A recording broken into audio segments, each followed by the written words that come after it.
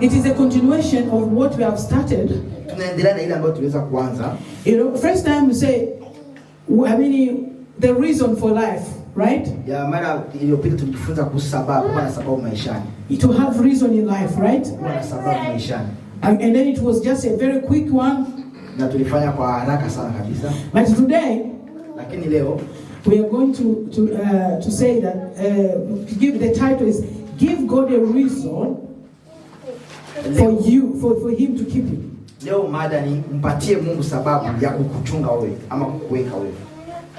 Which reason are you going to give God in order to keep you alive? Sababu gani ambayo utazipatia Mungu ili aweze kulinda maisha yako?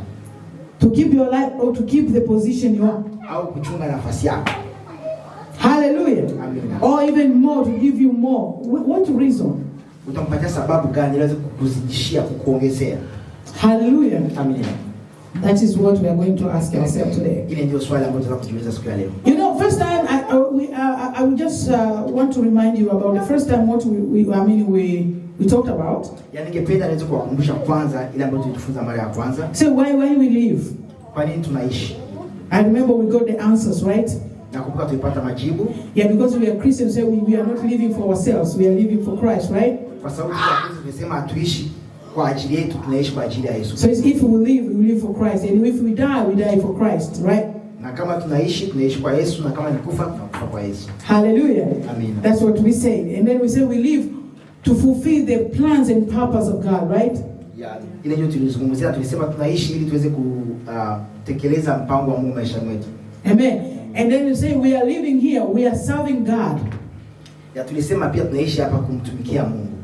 Yeah, even if we are working, hata kama tunafanya kazi, even if we are buying cars, we are doing this and that, hata kama tunafanya hiki na kile, kununua magari, but we said all these things we are doing, God is just helping us just to fulfill his word, his purpose. Lakini tulisema hayo yote Mungu anatusaidia ili tuweze kufanya mapenzi yake. Even to giving birth to children is also to God's purpose. We are serving God still. Hata kuzaa watoto ni kufanya kazi ya Mungu. Getting married is is serving God. Kuolewa pia ni kazi ya Mungu. Hallelujah. Amen. Amen. Amen. Even that the duties you have in the marriage is also serving the purpose of God. Hata kazi zote zenye kwenye ndoa pia ni kazi za Mungu. Even going to work and coming back is the purpose of God. Hata kwenda kazini pia ni kazi ya Mungu. But the problem is other people, they turn that purpose. The opposite, the opposite side.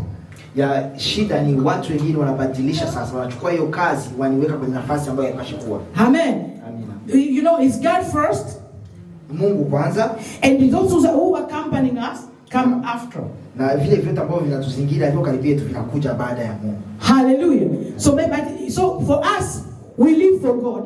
Sisi tunaishi kwa Mungu. And the other things, na vitu vingine vyote, they're just following us. Vinafuata baadaye. But for other people, lakini kwa wengine watu, they are living for the things. Wanaishi kwa ajili ya vitu. And God is just behind there. Na Mungu yuko nyuma yao. God is just an option. Mungu anakuwa pale kando tu nyuma hivi. So if God I have time with you is okay? Kama nina muda nawe Mungu ni safi. If I don't have time, you wait for tomorrow. Kama sina muda nawe unasubiri kesho. If I'm tired with this, I don't have time with you, God. Ya kama nimechoka na hivi sina muda na wewe. This is how people live. Hivyo ndivyo wengine watu wanaishi. Hallelujah. Amina. Even many of us we are like that. Hata wengi wetu hapo tuko hivyo. Hallelujah. Amina. We can prioritize every other thing. Tunaweza kuchukua vitu vingine vya nafasi ya kwanza.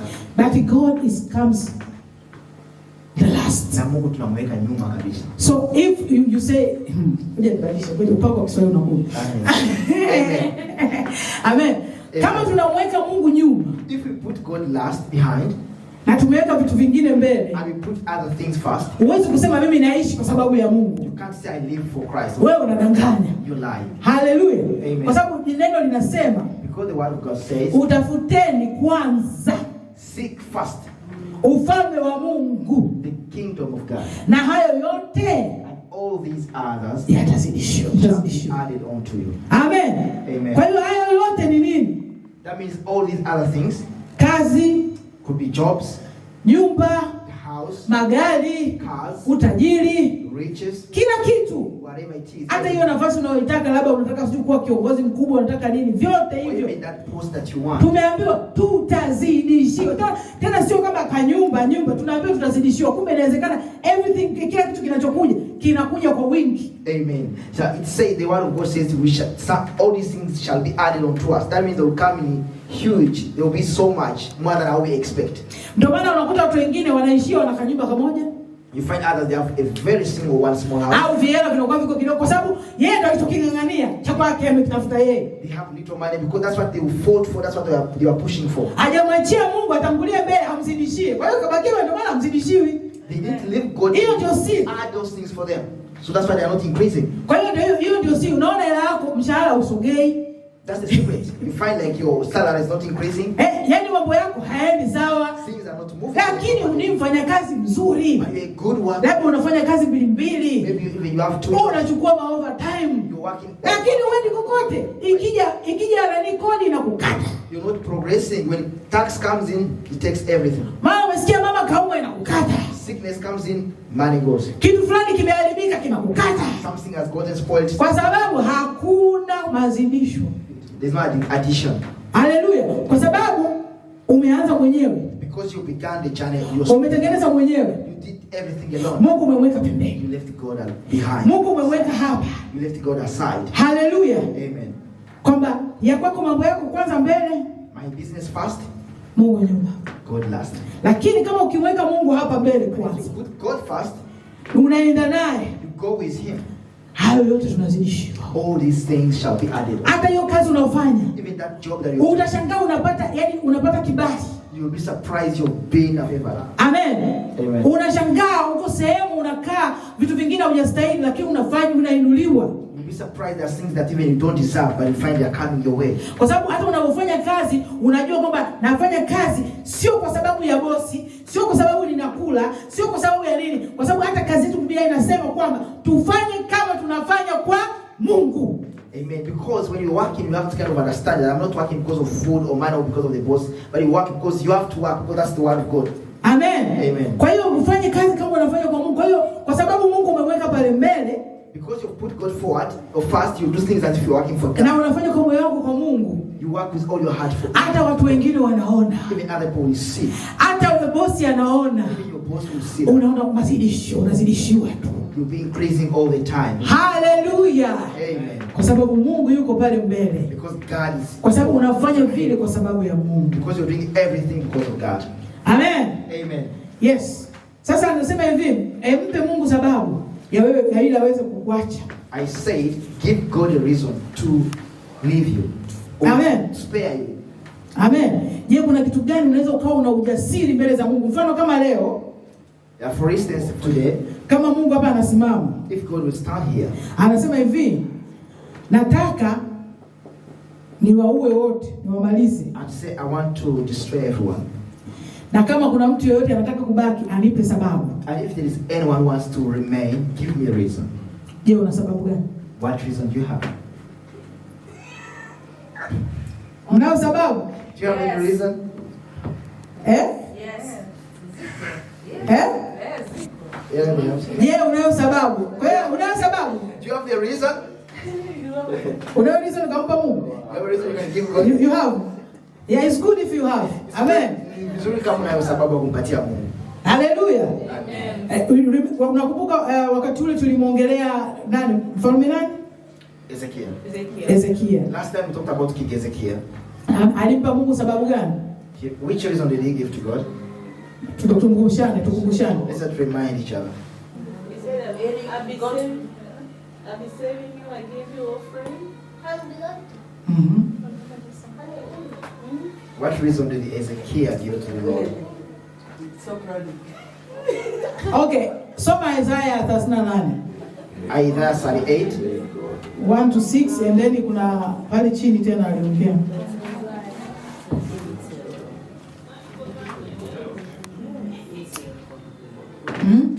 Haleluya. Kwa hiyo yeye mfalme Hezekia alikuwa au Hezekia Isaiah 38 1 to 6. Isaiah 38 makumi 38.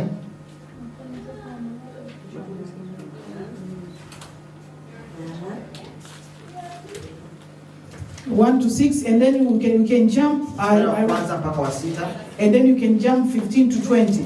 Tunaanza tena mstari wa 15 mpaka wa 20. Nasoma kwa Kiswahili. Isaya 38 mstari wa kwanza mpaka wa 6 anasema, siku hizo Hezekia aliugua akawa katika hatari ya kufa. Na Isaya nabii mwana wa Amozi akaenda kwa mfalme akamwambia, Bwana asema hivi, tengeneza mambo ya nyumba yako, maana utakufa wala hutapona. Basi Hezekia akajigeuza, akaelekeza uso wake ukutani, akamwomba Bwana, akasema, Bwana, kumbuka haya na kusihi kwamba nimekwenda mbele zako katika kweli na kwa moyo mkamilifu na kutenda yaliyo mema machoni pako. Hezekia akalia sana sana. Ikawa neno la Bwana likamjia Isaya kusema, enenda ukamwambie Hezekia, Bwana Mungu wa Daudi baba yako asema hivi, mimi nimeyasikia maombi yako, nimeyaona machozi yako. Tazama, nitaongeza siku zako kiasi cha miaka 15, nami nitakuokoa wewe na mji huu na mkono wa mfalme wa Ashuru, nami nitaulinda mji huu. 15 nasema, niseme nini?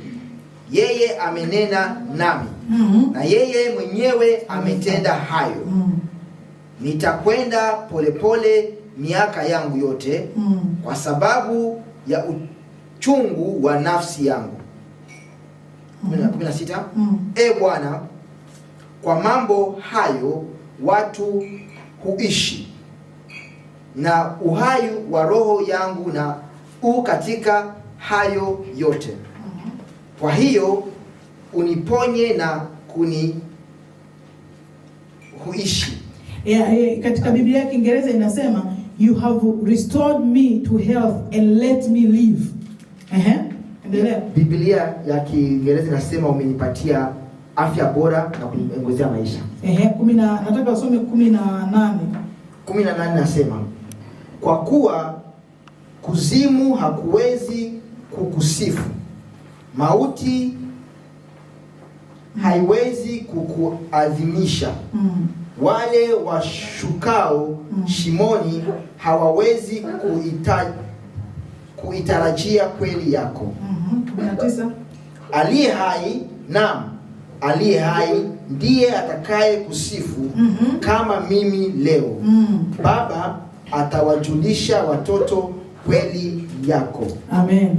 Okay, tunaona hapa kwamba mfalme Hezekia alikuwa na sababu mbele za Mungu ya kumwambia Mungu. Haleluya. King Hezekiah had a reason to present. Mimi naona wengine hapa wakiulizwa wanaweza kusema, Mungu naomba uniache ili niweze kula ugali na bamia. I see some of us, if you ask, other can say, Lord, I want you to spare my life so I can have more time to eat food. Au kuna mwingine anasema, Mungu naomba uniache niishi ili niweze kufanya nini? Nikaoe, miaka sijaoa, nikaonioe. Nionje utamu wa ndoa. And then we ask God to spare their lives so they can have a chance to marry, to enjoy also marriage. Mwanamke anaweza kusema, Mungu umeniache niolewe kwanza na mimi wewe ndio hiyo anaweza akasema ndio sababu. Yeah, some ladies can give that as a reason, like, you leave me, spare my life so I can also get married. Au mwingine anasema niache niishi nipate mtoto na mimi nizae hata katoto kangu. Others will give a reason, allow me to live so I can have also a child. Amen. Amen. Kwa hiyo watu wanaweza kuwa na sababu nyingi tofauti. People may have different reasons. Amen. Lakini tunaona hapa Hezekia alikuwa na sababu. But we see here Ezekiel had a reason. Lakini kitu cha kwanza alichokifanya cha muhimu, But the most important thing that he did first, alimkumbusha Mungu. he reminded God. Alimwambia, angalia Mungu alikuwa ana ujasiri. He had the confidence. He told God, remember how I was walking with you. Angalia nilivyotembea na wewe kwa uaminifu. See how I walked with you with faithfulness. Hallelujah. Amen. Yes, tunaweza kusema hivyo. The question is, can we say the same?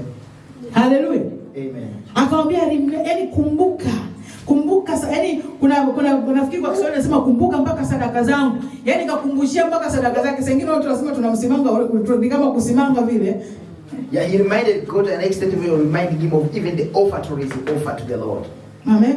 Ni kama kusimanga au kukumbushia vile. Lakini kwa sababu Biblia inasema unavotoa sadaka zako, anakwambia ni kama treasure unaweka kule mbinguni, ni hazina yako mbinguni. Yani ipo inajulikana. Kwa hiyo anapokumbushia Mungu akiangalia kweli ipo. Yeah, he reminded God his offerings because it's written in the Bible, whatever you give the Lord, you are keeping it like a treasure. You're saving to your heavenly account. So when you remind him, if he checks around, he will see it there. Amen. Amen. Lakini unakuta saa nyingine viela tunavotoa hata sadaka saa nyingine ni excess.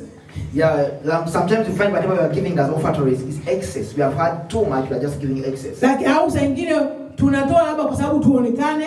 Sometimes we also offer because we want to show. Hata wengine wanaweza kusema toa hela nyingi lakini ili mradi tu watu wamuone, unakuta haziendi kokote. Others can give too much money just because they want to see them, and that means not any big. Kumbe hata kwa hiyo ukisema unamkumbushia Mungu anasema sadaka hii. I mean, you try to remind God, you say, which offering are you talking about? Haina hata uzito. It has no weight. Ya ndio maana kuna watu wengine wana utani fulani wanasema hivi, mfano kama hapa watu wakiangaliwa waangalie nyumba zao zinazojengwa mbinguni, kuna watu hata viwanja hawajanunua. Yeah, some people make good joke that if they would check like people's houses being built in heaven, others don't even own a single plot there.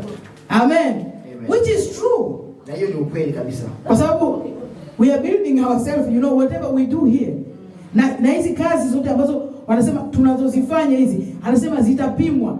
Kama zitaungua, hakuna kinachobaki. Kwa hiyo ndio hivyo Mungu anazipima, anazipitisha katika mzani wake, anazipitisha katika moto wake. Alafu kazi ikiungua, inabaki nini? Kwa hiyo unakumbushia kitu kilichoungua na kwambia iko wapi? Amen. Because whatever we are doing, we are building something in heaven. So also put in mind whatever you're doing will be tested. Think about if everything you're doing will be tested by fire, and the end of it all is burnt. What will you remind God with? Amen. Amen. Lakini huyu Ezekia alikuwa na ujasiri kabisa wa kumwendea Mungu na kumwambia kwamba kumbuka. But we see King Ezekiel had the confidence to go to the Lord and tell him, remember. Kwa hiyo hata wewe kama ukimwabudu Mungu katika roho na kweli, ukawa serious na Mungu na ukaweka vitu vya Mungu mbele, una uwezo wa kuwa na ujasiri kabisa wa kumwambia Mungu, angalia ibada yangu. Yes, if you also praise God and worship him in truth and spirit, you will also have one day that confidence to go to God and say, see, remember, see what I've been doing for you. Amen. Amen. Sio tu sadaka ya kawaida hii, kwa sababu Biblia inasema tutoe miili yetu iwe sadaka. Yaani sadaka ya kwanza ni wewe. Yaani commitment yako, unajua kujitoa kwako, ile ndani yako, ule utayari wako, ule yani niseme ndio maana Biblia inasema anawatafuta wale wanao abudu katika roho na kweli na umakini wako. Hiyo ni sadaka tosha. Kama ile sadaka utakayoenda kutoa. Amen. It's not about this ordinary offering we are used to give to the Lord. That's what the word of God says, offer your bodies as living sacrifices to the Lord. So your commitment to God is one of the offertories you give to him. And the best one. Yeah. That is number one. Because even if when you are giving your offering, you are giving with everything from your heart, you are giving. Otherwise you'll be giving all excess. And then that is what I say. You look at it and then it's nothing. Yeah, ndio maana unapojitoa mwenyewe ni vizuri sana, kwa sababu unapotoa vitu ambavyo vimesalia kwa Mungu, hiyo ni bure kabisa. Unaweza kutafuta kitu mbinguni unakuta hakuna kitu kwa sababu unatoa vile ambavyo vimesalia. Lakini kutoa kitu kwa moyo wako wote na mwenyewe unajitoa, hiyo ndio sadaka kweli. Hallelujah. Amina. And then we can see that God restored him. Tunaona Mungu anamrudilia. Akamwambia nakupa maisha miaka mingine 15. Mtu aliyekuwa anakufa sasa ngaziwa kifo kabisa. Somebody who was dying, but the Lord was telling him, I'm adding you more life, 15 years to live. Amen. Na katika hiyo miaka kuna maongezeko ya vitu vingine. Hallelujah. And those 15 years of living, there are more additions. He increased more things. Yaani ndio maana napenda hayo mambo ya Mungu. That's why I love things of God. Kwa Mungu anapokuja, when God comes, akija na baraka zake, he comes with his blessings. Haji peke yake. He doesn't come alone. Anakuja na package. He comes with full package. Anakuja mzima. Hallelujah. Anakuja na maongezeko. He comes with increases. Hallelujah. Ndio maana nasema hayo yote unazidishiwa. The word of God says everything shall be added unto it. Huyu jamaa alikuwa anapambania maisha yake. This man was fighting for his own life. Hallelujah. Amen. Lakini Mungu akasema nakupa mpaka ulinzi. But God said, I'm giving you the security. Akampa, nafikiri hebu tusome, kuna mali pia nafikiri alipewa. Hallelujah. Amen. Hey. You know this God, huyu Mungu wetu, akasema hivi, nasoma kwa Kiingereza. Number 5, he said, "Go and tell Hezekiah, this is what the Lord God of your father David says. I've heard your prayers and I've seen your tears." Mungu anaona machozi yako. God sees your tears. Amen. Hallelujah. Amen. He said, "I will add 15 years to your life." That was his request. He wanted more life, right? Alitaka maisha yaongezwe na Mungu akasema atamuongezea miaka 15. Hallelujah. And then I said, he didn't end up there. And he said, "And na Mungu akuishia pale, lakini I will deliver you, nitakuokoa, and this city, na huu mji, from the hand of the king of Assyria." kutoka kwa mfalme wa Ashuru. Amen. Amina. He said, "I will deliver. Nitakuokoa. I will deliver from the king, from your enemies." Nitakuokoa kutoka kwa mikono ya adui zako. Hallelujah. Amina. And he didn't end up there. Na kuishia pale. And he said, "I will defend this city." Hallelujah. He became your protector. Hallelujah. This is our God. The God of increase. God of addition. Hallelujah. Hallelujah. It's just when you want him, if you put him forward, I'm telling you, he's giving you everything.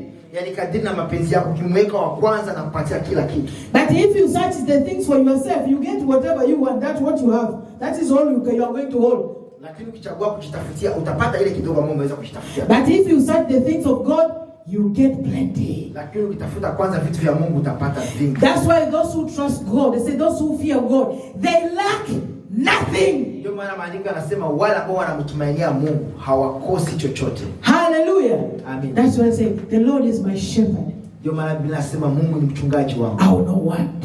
Sitapungukiwa na. Because he satisfies me. Kwa sababu ananilisha. He gives me everything. Ananipatia kila kitu. Hallelujah. Amina. I don't know for you if he is your shepherd. So he said he delivered. So he was saying, and I will defend. So he became a defender. Na alikuwa mtetezi wao. Hallelujah. Amina. Because of his prayer. Kwa sababu ya ombi lake. Because he gave him the reason. Kwa sababu alimpatia sababu. And God, you know, God considered. Na Mungu aliona sababu yake, akaipokea, akaikubali kabisa. And God rewarded him even more. Na Mungu alimpatia zawadi. This is how when you want the things of God, God comes with more benefits. Ndio maana unapotaka vitu vya Mungu, Mungu anakuja na mambo mengine. Remember King Solomon asked God for a wisdom to lead his people. Solomon aliomba Mungu hekima. But God gave him wealth. Lakini Mungu alimpatia hata more wisdom. Alimpatia akili. Wealth. Mali. And peace. In all, you say all in his kingship, there was no war in Israel. Kwenye ufalme wake wote Solomon hakuwa na vita Israeli. Hallelujah. Amina. Amen. Amen. That is our God. So some people they say, "Oh, me this and that, oh, me this and that." But you know, because you haven't put God first. That's why you fear other people. Other people, they just feel busy fighting with the enemy. This is my enemy. Everybody's my enemy. Why are you fighting with your enemy? Let God fight your enemy. Ya watu wengine wanashindwa sana kwa wanaanza kumbana na maadui zao, wanafanya hivi na vile kwa sababu walichagua kujipigania. Mwache Mungu apigane na adui zao. Hallelujah. Put God first, and you know you can finish your breath. You can finish whatever you all the time. Fall down and die. Fall down and die. Ya mweke Mungu kwanza, mweke Mungu mbele kwanza, kupigania. Usipoteze muda wako bure, pumzi yako bure na nguvu zako. Oh, my enemy. Oh, this is the enemy. They are not dying. And then you do fall down and die, and tomorrow they eat okra soup and fufu. unazidi kuwaua adui zako kwa kanyaga, lakini kesho bado wangana kula ugali. And then they will eat at your table. When the Bible says they will eat, you eat on their table, they will eat on your table. Biblia inasema watakula kwenye meza yako, lakini utakutana wewe unakula kwenye meza yako. Amen. You meet them all eating very nice. They chop proper. They don't die well. Very well. They don't die well. Because your enemy is not them, it's God. Kwa sababu adui yako si wale, utakutana adui yako ni Mungu. Hallelujah. And you know when you are not good with God, God is raised up, adversaries. Ya na kama huko vizuri. Mungu anawatumia to shape you. They will come and then you find them, fall down and die, then they come. Yeah. They will come up and they say die. They come and say go away. They come. Ya kama huko vizuri na Mungu anaweza hata kuwainua adui zako, na wakikuja kabisa hutawaweza mwenyewe. Yeah. Because you know, you put God aside, you put the other things, you fight yourself. What do you think will happen? Kwa sababu umemwacha Mungu pembeni, unaweka vingine vitu kwanza, unadhani nini? Hallelujah. Amina. And let us look in the book of Acts 10. Tuende katika kitabu cha Matendo ya Mitume. Yeah. And you can read in number 4 and then jump to 31. There's something I want you to say to see there. Matendo ya Mitume sura ya 10 mstari wa 4.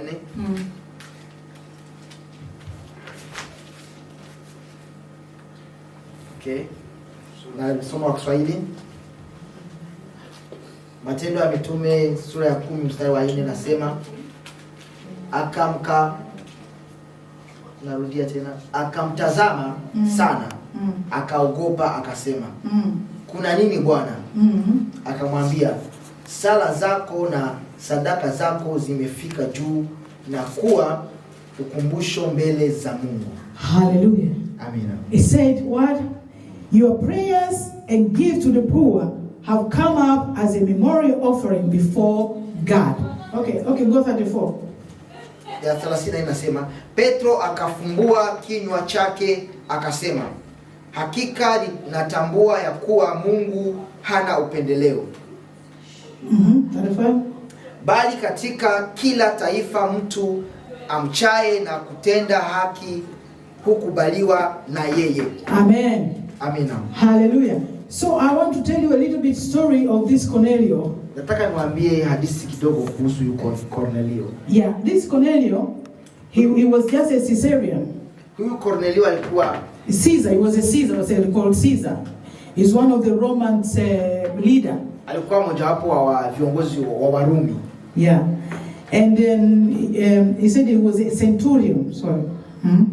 Yeah, alikuwa centurion. Yeah, as the Italian regiment. Kama vile kwa mpango wa Italy, watu wa Italia. Yeah, but he and his family were devoted to God and fearing. They were God-fearing people. Lakini yeye na familia yake walikuwa watu wamejitolea kwa Mungu, walikuwa wakimwogopa Mungu. And he generously give to the people in need. Na alitoa sana kwa ukarimu kwa watu maskini wenye wahitaji. And pray to God. Na aliomba kwa Mungu every time. Kila muda. Say generally he was praying to God. Alikuwa akiomba Mungu kila muda. Yeah, so he was that somebody who was devoting himself to God, praying to God, giving to people, And then God saw his heart, but he was not like really being a Christian. Yani alikuwa ni mtu ambaye amejitolea kwa Mungu kusaidia maskini na akiomba sana. Na Mungu akaona moyo wake hata kama alikuwa si Mkristo kabisa. Hallelujah. Amina. Then you know what, God sent an angel to him. Na unajua Mungu alituma malaika kwake. And then he stood there and they told him.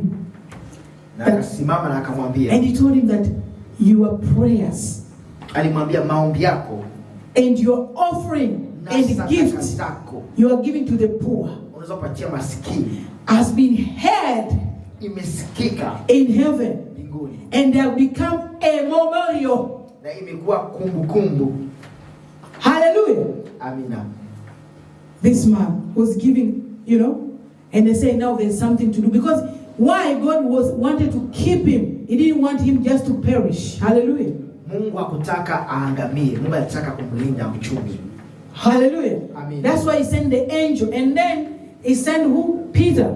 Ndio maana alituma malaika na tena akamtuma Petro. And Peter showed him the way of salvation. Ya ukipatia kitu kwa maskini, Mungu anakupatia. You'll be blessed. I'm telling you. It doesn't matter you were a sinner. Haijali kama wewe ni mfanya dhambi. It doesn't matter you were a Christian. Kama wewe ni Mkristo, haijali kabisa. You get that one reward. Unapata malipo. That is God's formula. Hiyo ni mpango wa Mungu. Hallelujah. Amen. So maybe he was doing that. He was getting that. Ya inamaanisha naye pia alikuwa akipata hiyo baraka. But he had something great. Lakini Mungu aliongezea kitu kikubwa zaidi. Cornelio added something great. Ya Cornelio aliongeza kitu kikubwa zaidi. He was praying to God as well. Pia. Hallelujah. Amina. Hallelujah. Amen. So God said, okay, I don't want him to perish. Na Mungu akasema basi sitaki aweze kwa sitaki aangamie. I want to save even his soul. Nataka hata nafsi yake iweze kuokoka. That's why he sent the angel. Ndio maana aliweza kutuma malaika to direct him to Peter. Kwenda kwa Petro. And then Peter told them the word of God. Na Petro akaenda kwa Cornelio akamfundisha neno la Mungu. They received salvation and baptism. Na akabatizwa. So they lived forever and ever. Hallelujah. Waliishi milele na milele. Even other people, he was not in a dying stage like Hezekiah. Si kama vile Hezekia hakuwa kwa nafasi ya kufa kabisa. But he was dying stage maybe in the spirit. Maybe because you know some other people they pray but they don't know. Because they said my people perish because of lack of what? Knowledge. He didn't have the knowledge of God. Kama vile maandiko yanasema watu wangu wao wanakufa kwa sababu wanakosa akili, hekima. So pia naye lazima huyu ndugu Cornelio alikuwa amekosa hekima, alikuwa amekosa akili ya wokovu na angeweza kuangamia. Amen. Because you know Jesus is the only way. Kwa sababu tunajua Yesu ndiye njia, kweli and life. Na uzima. So he needed life through Jesus. Kwa hiyo alihitaji uzima kupitia Yesu. Hallelujah. Amen. Amen. Amen. So he gave God a reason. Another person, this one gave a reason to people. Because I said you can give a reason to God. Also, you can give a reason to people for you to live. People can fight for your life. Amina. Huyu mtu mwingine alipatia watu sababu. Kama vile nimewafundisha, mnaweza kumpatia Mungu sababu au unapatia watu sababu kwa nini inakubidi uweze kuishi, uendelee kuishi. Amen. Amina. So you might give people the reason that you need to be alive. And then those people, they can, you know, they can fight for you before God for you to be alive. Amen. You understand what I mean, right? Unaweza kupatia watu sababu ya kuishi na wale watu wanakupigania kuombea mbele za Mungu ili uweze kuishi. Amen. Amina. Do you give somebody a reason for you to survive, to continue to live? Unapatia watu sababu ya kuweza kuishi. My husband maybe.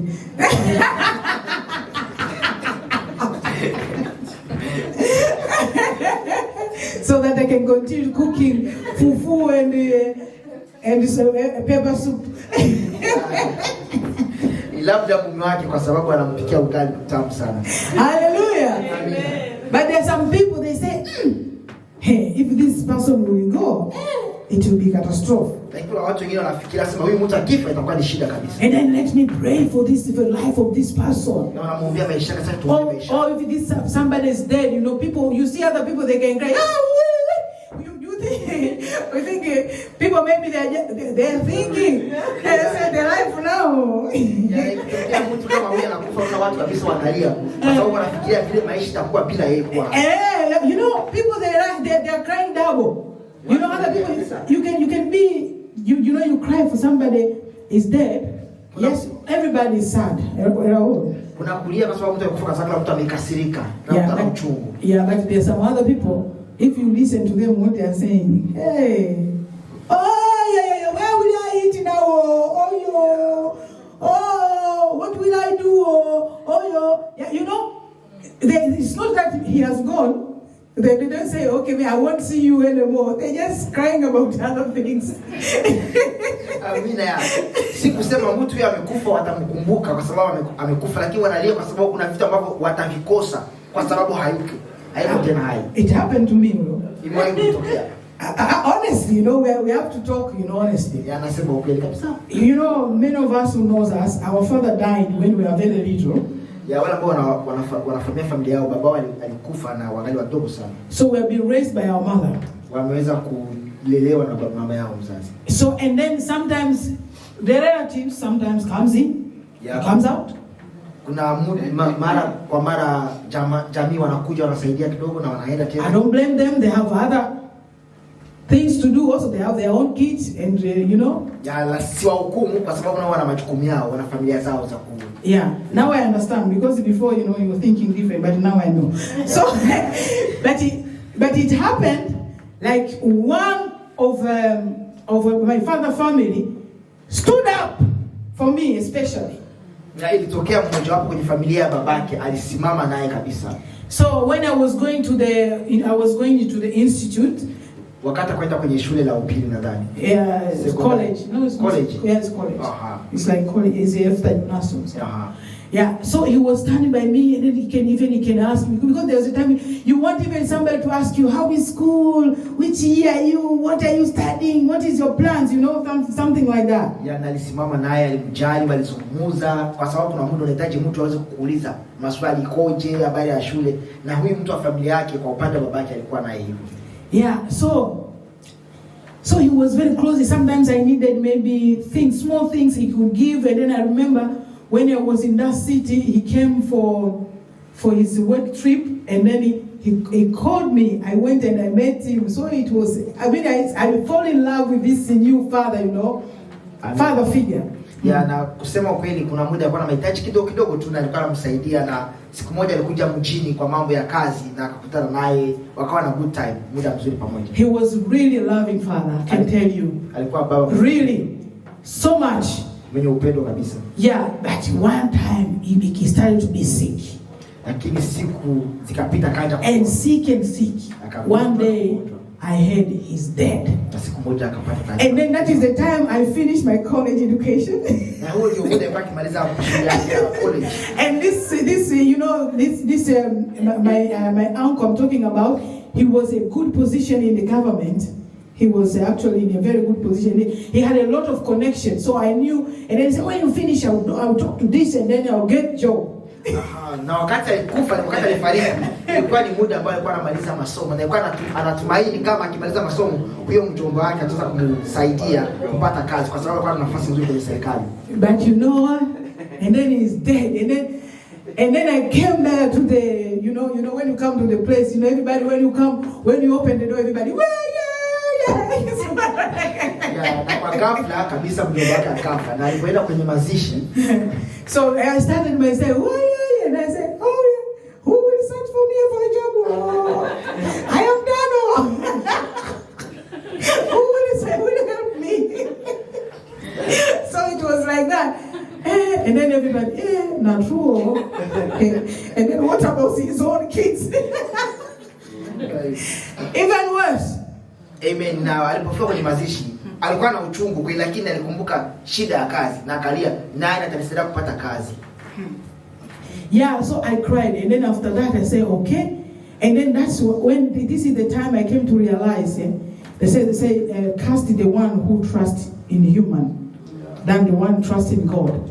Because human dies. This I learned my big lesson.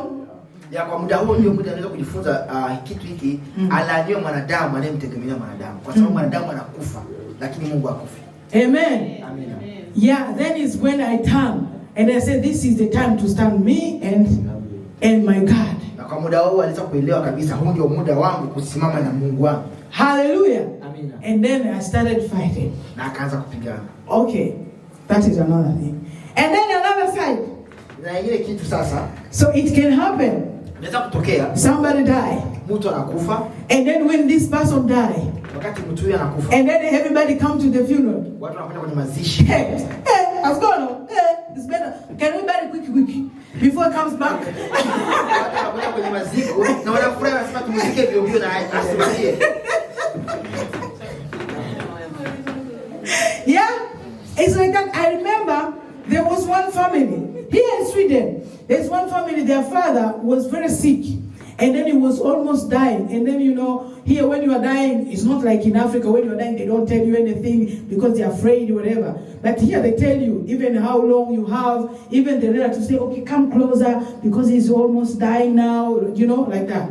Yeah, nakumbuka kwa kuna familia hapa Sweden ambayo mzazi ambao amegonjeka sana karibu kufa. Na unajua hapa kuna mpango, si kama Afrika, mtu akaribia kufa wanaleta familia wanawaambia anakaribia kufa, na familia wanasema njoni karibu kwa sababu anakaribia kufa kwa muda huu. Because here they say somebody should not die alone. Hapo wanasema mtu asikufe kwenye upweke, asikufe mwenyewe. So it's nice to be surrounded by those who he loves or she loves. Ni mzuri awe yuko kwenye mazingira watu ambao wanampenda, wakiwa karibu yake. So but this father in particular, na huyu baba sasa, he was so stubborn one. Alikuwa ni mkorofi. Yeah. So you know, the children, you know, they were like, he's dying. So every day when they go, they ask him, is he gone? He said, oh. And then there was a time he was like almost gone. And then when they came another day, they were so disappointed. Even the nurses were saying, what is happening? You are so disappointed because he's alive? Yeah, we want him to go. Let him go his way, you know. So something like that, they don't have nothing to do with him. They want him to go, you know. Yeah, hii familia sasa, huyu baba alikuwa ni mtu, naweza kusema mtu mbaya, watu wake walipenda akufe. Na wakati walikuja kwenye hospitali wanakuta ngalo mzima, walisirika kwa sababu wanataka wakutana amekufa. Yeah. This is the story I heard long time ago, not even now. Hii hadithi nilisikia zamani sana. Hallelujah. It is one family which I know. Ni familia ambayo naijua. Amen. Amen. Not at my workplace. It's family I know. It's long time happened. And then so you can see that people they want you to go. They even want you go quick. Unaweza kuona watu wanataka kabisa ukufe kweli haraka kabisa. Opposite to that one what I've said before. Na ni tofauti na ile ambayo tunazungumzia kwanza, watu wanataka uishi. And then in Tanzania also I've seen one place.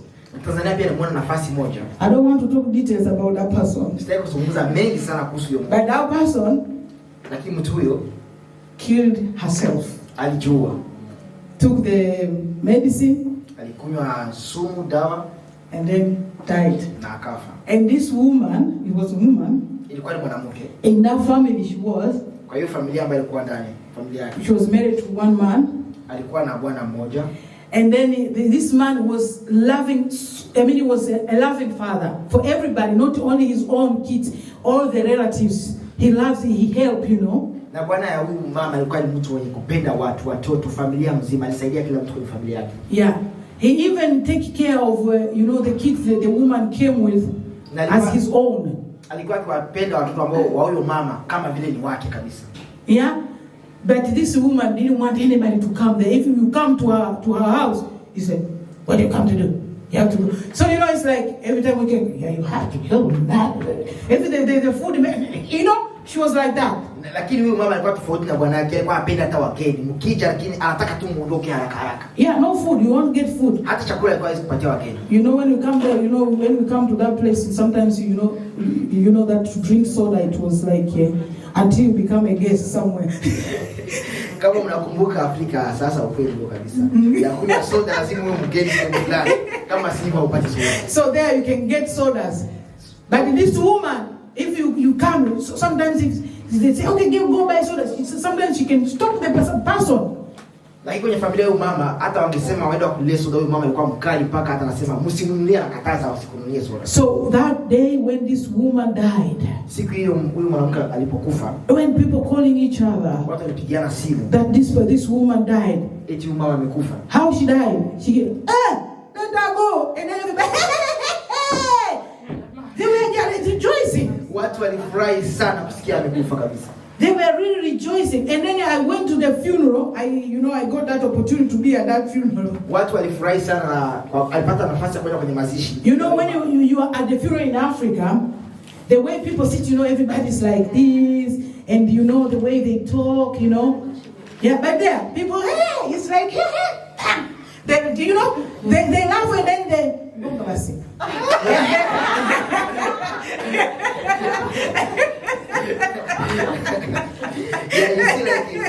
kwenye maziko Afrika watu wanakuwa kweli, mtu akikufa watu wana huzuni, wamekasirika, wanashia kwenye machafu. Yeah. Lakini kwenye mazishi ya mama watu walikuwa wana raha kabisa, wanacheka mpaka wanafanya high five. Yeah.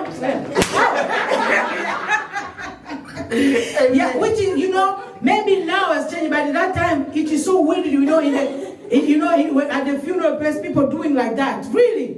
Ilikuwa kitu cha kushangaza kwenye nafasi ya mazishi watu wakifanya mchezo kama huo. Okay, because people they didn't want this person to live. Hallelujah. Sababu watu kwa wapendi huo. But let us read in Acts 9:36 to 37. Tulisoma katika kitabu cha Matendo ya Mitume 9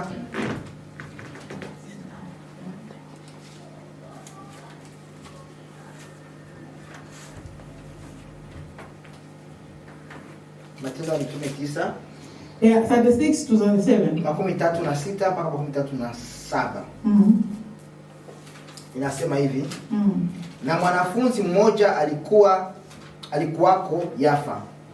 Jina lake Tabitha. Tafsiri yake ni Dorcas. Yaani paa. Mwanamke huyu alikuwa amejaa matendo mema na sadaka alizozitoa. Ikawa siku zile akaugua akafa. Hata walipokwisha kumosha wakamweka orofani. Endelea mpaka 39. Na kwa kuwa mji wa Lida ulikuwa karibu na Yafa, nao wanafunzi wamesikia ya kwamba Petro yuko huko, wakatuma watu wawili kwake kumsihi na kusema, usikawie kuja kwetu.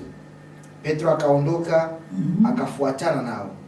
Alipofika wakampeleka juu orofani, wajane wote wakisimama karibu naye, wakilia na kumwonyesha zile kanzu na nguo alizozishona Dorcas.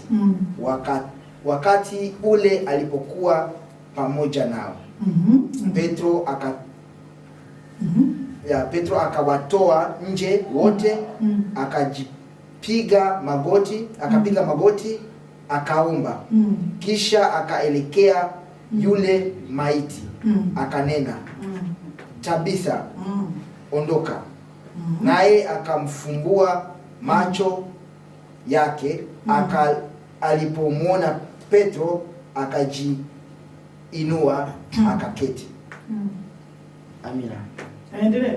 41. Akampa mkono, akamuinua, hata akiisha kuwaita wale watakatifu na wajane, akamweka mbele yao hali ya hai. Amen. Amina. Amen. So you can see here the story of Tabitha. Tunaona hadithi ya Tabitha. Oh, Dorcas. Ama Dorika. I hope you followed with the English Bible. Nadhani mlisoma wenyewe kwenye kitabu kwenye. So she was dead.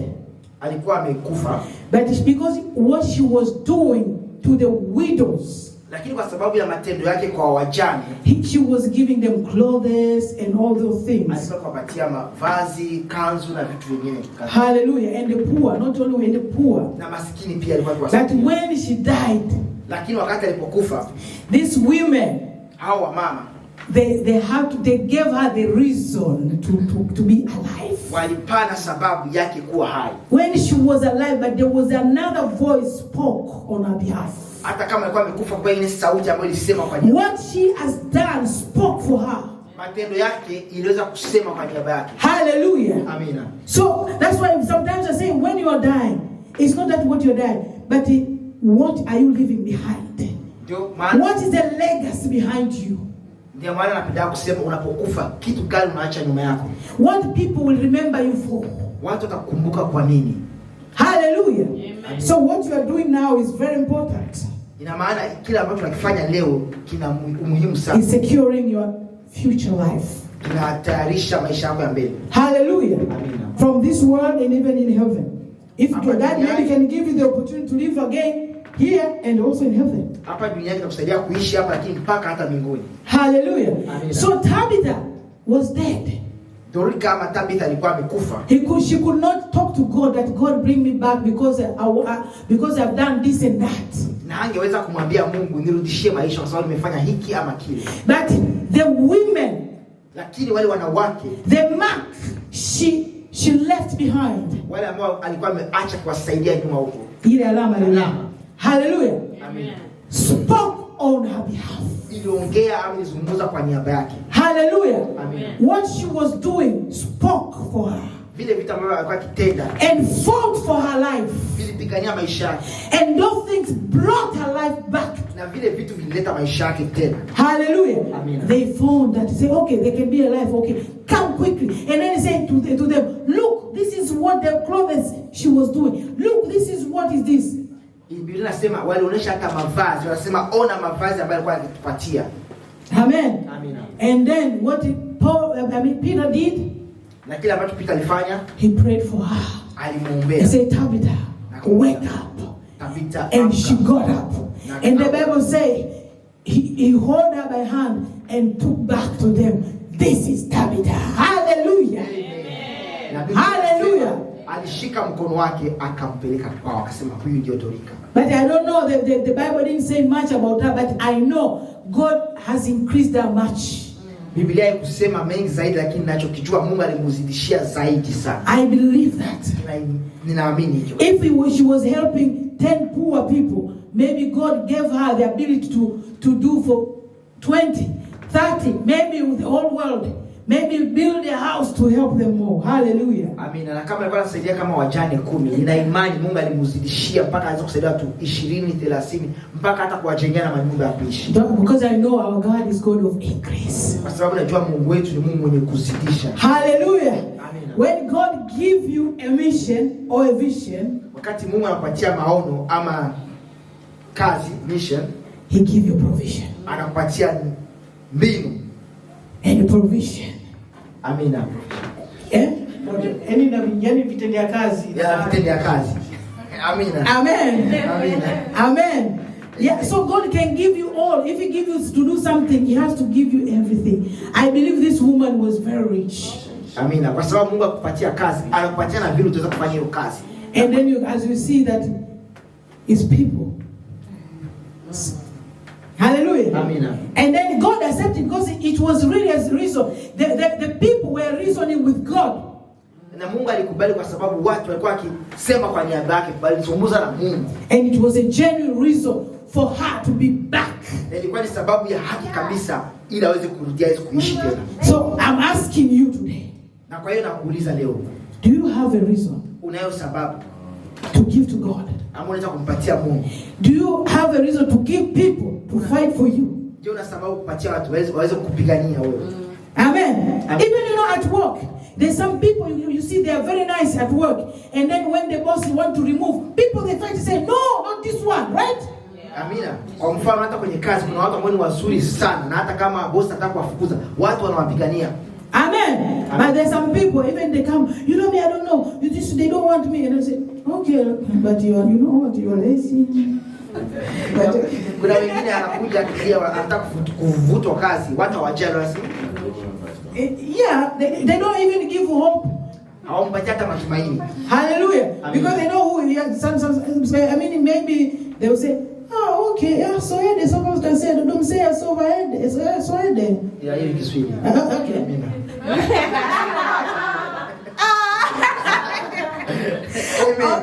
Okay, they say, okay, that is how it is, you know. That's how it is. I mean, if the boss said so, okay, then that it is. But you know inside you say, hey, let you go.